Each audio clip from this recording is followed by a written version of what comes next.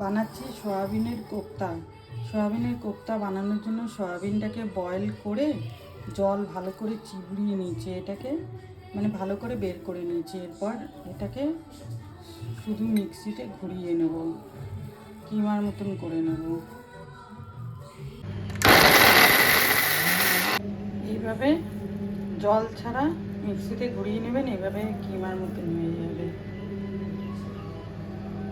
এরপর একটা মশলা তৈরি করতে হবে।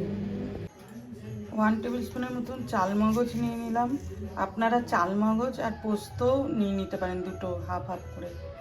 আর জিরে, গোটা জিরে 2 টিস্পুন নিয়ে এটাকে শুকনোয় ঘুরিয়ে নেব। আগে জিরেটাকে আর চালমগজটাকে শুকনো ঘুরিয়ে নিয়েছি। তারপর 3টে কাঁচা লঙ্কা দিয়ে দিলাম, 1 ইঞ্চির মতন আদা দিয়ে দিলাম, আর টমেটো দিয়ে দিলাম, দিয়ে পেস্ট করে নেব। এখনো পর্যন্ত জল দিচ্ছি না, কেননা টমেটোরও জল ছাড়বে। দেখি আগে করি, লাগলে অল্প জল দেবো। এইভাবে মশলাটা তৈরি হয়েছে, আর একটু অল্প জল দেবো শুধু। কোপ্তাগুলিকে গড়ে নেবো। কী করে নেবো? একটা আলু সিদ্ধ দিয়েছি, আলু সিদ্ধ, তারপর একটু গরম মশলা দিয়ে দেবো,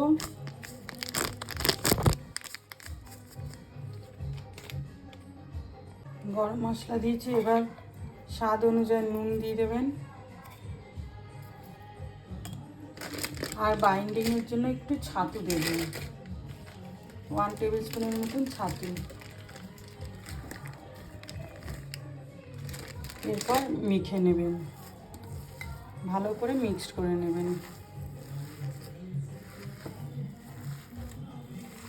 এরপর দেখে নেবেন, যদি ছেড়ে যায় তাহলে আর একটু ছাতু দেবেন। দেখছেন এভাবে ছাড়ছে না, গোল হয়ে রয়েছে। তো এইভাবে গোল করে নেবেন, যে যেরকম পারে, কেউ এরকমভাবে মুঠার মতন করে নেবেন, কেউ লম্বা, যার যেরকম সুবিধা হবে করে নেবেন।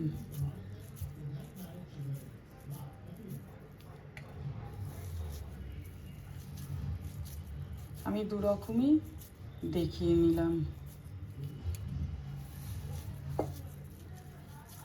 আপনাদের যে যেরকম সুবিধা হবে, লম্বা, মুঠার মতন বা গোল কোপ্তার বলের মতন করে নেবেন।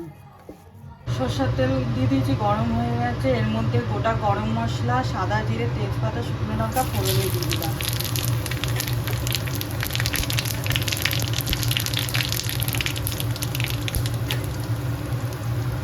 থেকে যখন সুন্দর গন্ধ বেরোবে, তারপর শুকনো লঙ্কার গুঁড়ো তেলের মধ্যে আর হলুদের গুঁড়ো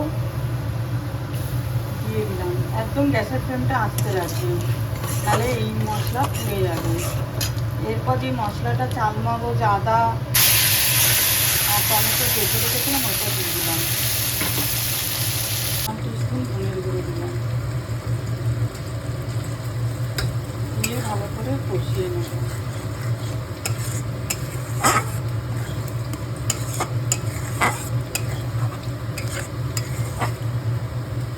কোপ্তাগুলি ভেজে নেব।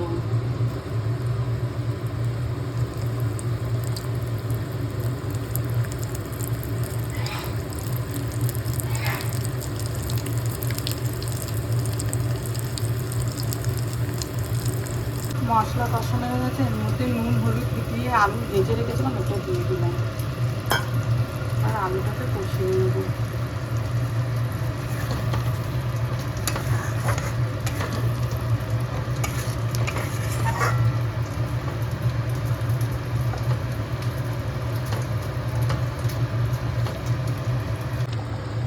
কোপ্তাটা রান্না হয়ে গেছে, আলু সিদ্ধ হয়ে গেছে। এবার যে বাসনে ঢালবো, সে বাসনে আগে ঝোলটা ঢেলে নেব।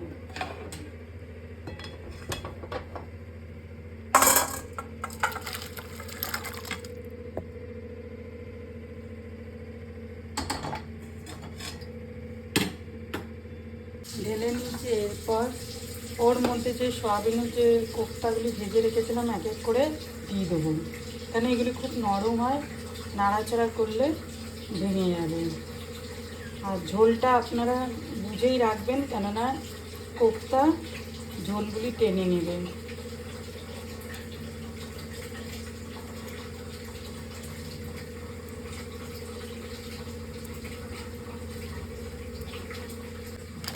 এরপর ওপর থেকে গরম মশলা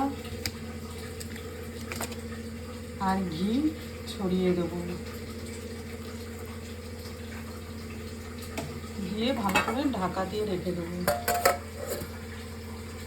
তো এইভাবে করে দেখবেন সয়াবিনের কোপ্তা কারি।